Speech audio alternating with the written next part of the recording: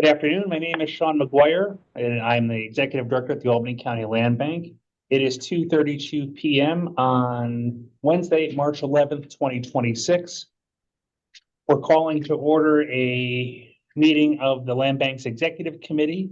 We're holding this meeting remotely per New York State Open Meetings Law. The meeting is available on the Land Bank's YouTube channel for listening and viewing. Today, participating on the call, we have all four members of the Executive Committee, our Chairman, Charlie Toohey, our Vice Chair, Sam Wells, our Treasurer, Natisha Alexander, and our Secretary, Joseph Seaman Graves. Participating from the staff, we have myself, Lynette, Lillian, Jason, and Shelby as well. The agenda was circulated to the committee ahead of time. It has a number of items. The first item is a review of the minutes. And these minutes reflect the last meeting of the committee, which was held on, I'm just finding my notes here, on February 11th, 2026. Hopefully everyone's had a chance to review those. Are there any questions, suggestions, or amendments to those minutes as presented? None here. All right. If there are none, I just need we have a motion to approve those. So moved. Natisha, Second. and a second, please. Joe. Okay, all those in favor indicate by saying aye. Aye. Aye. Any opposed or any abstentions? All right, we'll record that in our minutes. All right, so we'll move on to the financial report for February 2026. So as of the end of the month, we had a strong financial position with a lot of liquidity, low leverage, and consistent operating performance. That's relative to our mission-driven expectations. While our net operating revenue remains negative, which is common for land banks and for us due to the timing of property sales and capital investments, the year-to-year improvement demonstrates the strength in our fundamentals, particularly in our diversification of our revenue and our overall cost management. We maintained $4.3 million in cash. They have about more than 2,000 days of cash on hand, so that indicates exceptional financial stability and capacity to fill our operation and programming commitments. So I'm going to start with our balance sheet overview, and I'll refer to the lines as I go through. Our asset structure does remain heavily weighted towards cash and receivables. That reflects the grant-driven operations and our liquidity. Our equity remains strong, and our liabilities remain low relative to our assets and our holdings. Our deferred revenue balances indicate future program commitments aligned with our multi-year grants. Diving down into the numbers here, we'll start a little backwards. We'll start at the bottom with our total assets on line 33. You'll see that we've got more than $7.5 million in total assets. Moving up the balance sheet to line 26, you'll see that our current assets are just under that at about $7.4 million. So more than half of that is in cash and bank accounts, and that's lines 3 through 9 at $4.3 million. We have grant receivables of $1.9 million. That's lines 13 through 16. And you'll see our property inventory, lines 17 through 24, is about $1 million, a little more than $1 million. And then we have different fixed assets that after depreciation and amortization is about $148,000. That's line 27 through 32. Moving away from the asset line to the liability lines, those are lines 34 through 59. At the bottom on line 59, you'll see our total liabilities are $2.6 million. We have accounts payable on line 38 of $267,000, almost $268,000. That revenue, that grant revenue that we have as an asset, we also offset as a liability, since we haven't realized that yet. That's lines 51 through 54 for $1.9 million. And then the lease liability that we have for the office space on line 50 at $145,000, and that decreases throughout the year. Moving over to the equity side, lines 60 through 64, we'll go right to the total equity on line 63. You'll see that's 4.9, almost $5 million in total equity. Line 62 is that negative that we see early in the year. We have a negative revenue year to date of $122,264. But again, that's common for us. We have some prepaids and then timing of grants that by the end of the year, that number turns positive the further along we go. Any questions on the balance sheet? All right, None here. hearing none, and I'll just, one thing I did this month and, I looked at some of the ratios we have and that also indicates that we're in really good shape.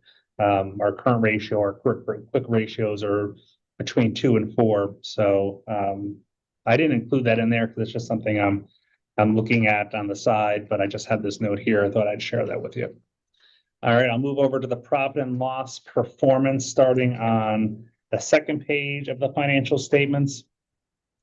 So our operating losses improved year over year by $90,000. That does reflect what we're doing here in terms of managing our overall costs and focusing on stronger investment income. I'll start with revenue. Revenue is lines 1 through 14. You'll see that for February, we had total revenue on line 14 of $30,000. We've had strong growth in our investment income on line 2 at $22,000. And then our reduced property sales activity versus prior year is also contributing to that revenue number. We'd like it to be higher. And I know we do have a number of closings out there. I don't want to put Lillian on the spot, but I believe it's probably a dozen or so that are moving forward. Parcels. 30 individual parcels. All right. So Lynette's saying we got 30 individual parcels to close on. One of those is that big block of properties off of Crumpkill Road in the city of Albany. Had modest fee revenue and donations that made up that revenue and those revenue lines. Over to the cost of our properties, the cost of goods sold. Our total cost of goods sold on line 43 is about $49,500. That's a year over year decrease of 40%. Some of that is maintenance, some of that is insurance, and it's also just a smaller number of properties that we're holding. The operating expenditures, lines 45 through 87, our total expenses for operations is on line 87. That's $109,271. Some modest increases to payroll and benefits associated with annual adjustments, but our professional services did decrease significantly as we haven't had to engage anybody on the outside. Our overall net results on line 88, our net operating revenue again is a negative. It's a $128,000 loss. And our net revenue after other income still remains a negative at negative $122,000 on line 96. Any questions on that piece? I mean, the overall assessment here, oh, sorry, go ahead. No, just saying none here. Okay, great. The overall assessment, I mean, we're financially stable, we're well positioned, we remain resilient. Our liquidity is exceptionally high, our liabilities are well controlled, and I'm glad with the year over year improvements. That team really works hard on everything that we do here. There's nothing that's done without a lot of thought and analysis, right? Every second of the day here. And so that's just that indicator that we've got strong core operations here. We do have the operating losses, but we expect those as we have a mission-driven redevelopment strategy. Our financial foundation is robust, and so we're showing that strong stewardship and our long-term sustainability for the land bank. So really, hats off to the whole team for what they do every day, and hats off also to all the members of the board and our committees for helping us get this work done each and every day. So any other questions on the financials? Yes. I don't have any questions. I just want to make a comment or two. I want to echo the praise that you just gave, especially to the staff, because the land bank has been financially stable for a while now. And since you've come on board and implemented some things, we're moving forward in a better position. The one question that I do have, it's not related to the budget per se or finances per se, but it is. Did you or anyone from the New York State Land Bank Association testify at the budget hearing for the state legislature? Jocelyn, who's the chair of the association, she was scheduled to be there, but there was some miscommunication. I was understand is that they put her on the schedule, but they never told her about it, and so she never got over there to testify. I do have a meeting tomorrow with Senator Fahey's office And then I'm also gonna send an invite out to the executive committee. I've already let Charlie know because it impacted our standing Friday meeting. But I do have on April 3rd, if you want to put it on your calendars, and I'll reach out separately, a meeting with Assemblywoman Romero's office, just a chance to update them as to what's going on. It is budget cycle. It is budget season. There are asks out there for the State Land Bank Association. So no, I didn't testify. I wasn't asked to or invited to. The chair of the association was going to handle that. But yeah, I don't know what happened there, but we're following up with our folks. Okay, good. Thank Yeah. And I will share that last week I was asked to go speak to the International Economic Development Council, and I used that time to connect with folks in Washington. And I did get a chance to sit down with Congressman Tonko's deputy chief of staff and fill him in on what we're doing and the application that we have into the US EPA for brownfield funds. I'll say that everything that we're doing, even though we're communicating the expense, how much it costs to do this work, it's been well received across the board. And I think you all have seen that. And if you haven't, I'll send it out to you. I don't know. But I thought, I would send you all the link, the article in the Business Review.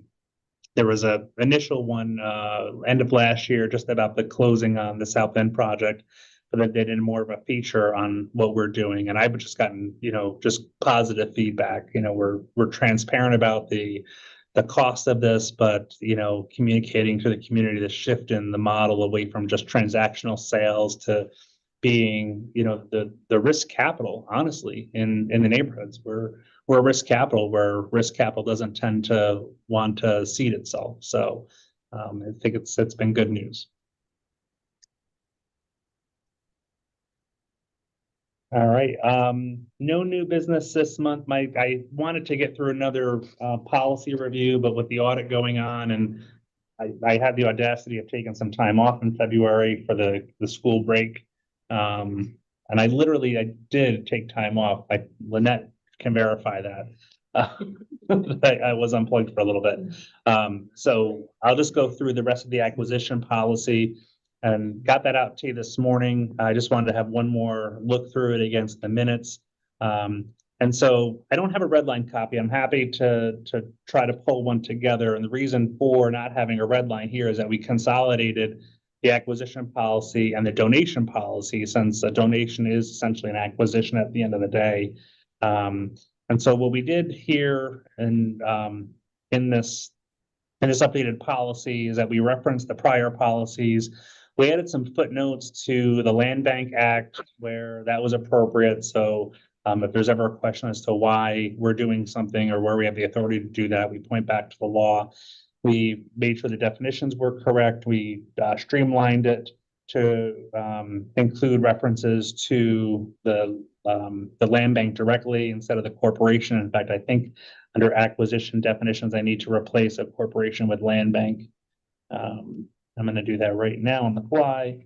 But otherwise, we took everything as, guiding criteria. What we wanted to do was remove what I would say are hard requirements and give us the guiding principles for our acquisitions.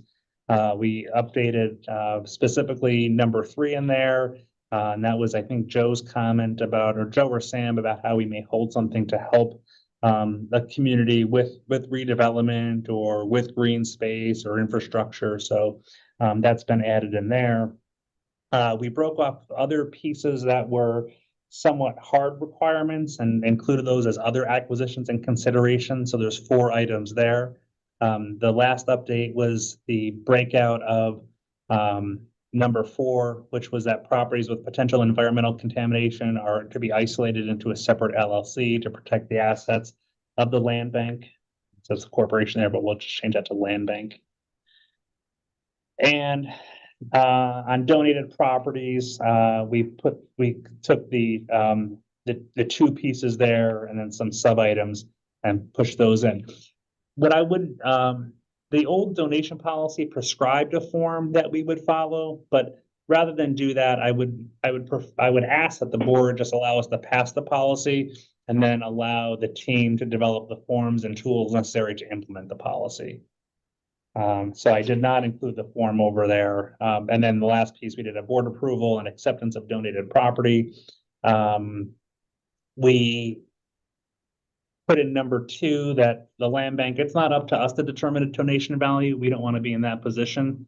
But on the IRS tax forms, we end up signing saying that we did receive the property, but it's up to the taxpayer or the donor to, determine what the value is and present that in their taxes. That's not for us to do. So we wanted to make sure that was clear.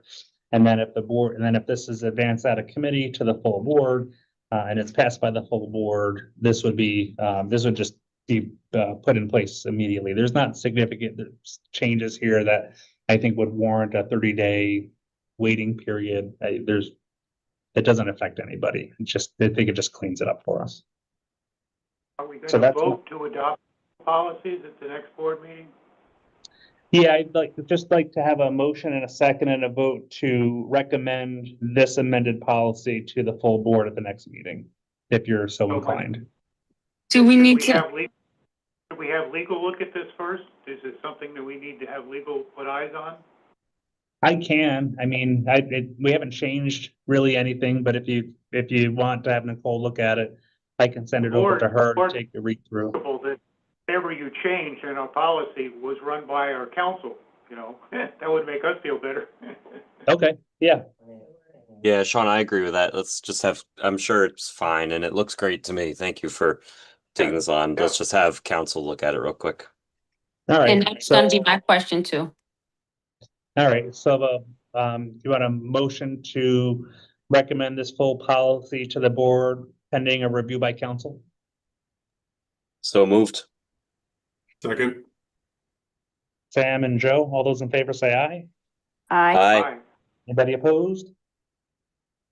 Or abstentions? All right, that carries along.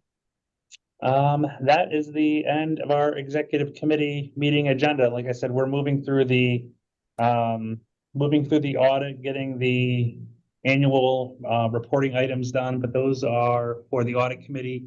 I did talk to the auditors today and they're fine with doing, we said 4:30 or 5, but it seems that 5 o'clock is the better time for everybody. So you should have some calendar items out there for a 5 o'clock meeting.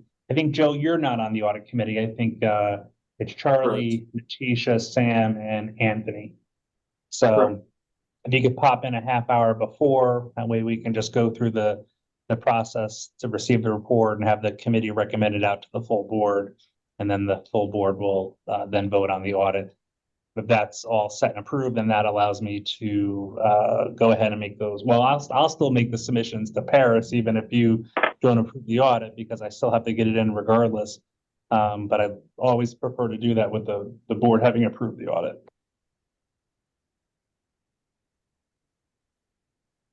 Sean, just one Yes. last question. We heard, we don't have to talk about it here.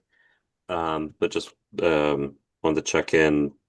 If you've heard anything about Juanita, just confirmation. No, yeah, Juanita did pass away. We had a resolution prepared for the February meeting to acknowledge Juanita's contributions to the land bank. We did see an obituary. I had learned about it at a county meeting. They offered a moment of silence for her, so that was how I really knew it was official. And then I think the next day is when the obituary came out. So yeah, she did pass away, and we're sad to have lost one of our board members. Thank you. And yeah, they'll definitely thank you for drafting that resolution too. That definitely want that at our next meeting. Yeah, we'll put that. Who do we send it to so that the family knows that we did it? We'll send it to family. I did go to school with a family member, and so I mean I did have her daughter's contact info, but As long we've got as you it. have yeah, I wouldn't want to just do it in air and then they never see it. Yeah, well, we'll do that. We'll also honor her with an entry to our website about her contributions. But yeah, so we'll do that, and that'll be the first item of business once we establish quorum and call the roll. I would ask that we do a moment of silence and then pass that resolution. Yes, and make sure the family knows to check the website too, so that'll make them feel a little better too. Yeah, yeah, absolutely. No, thank you for that.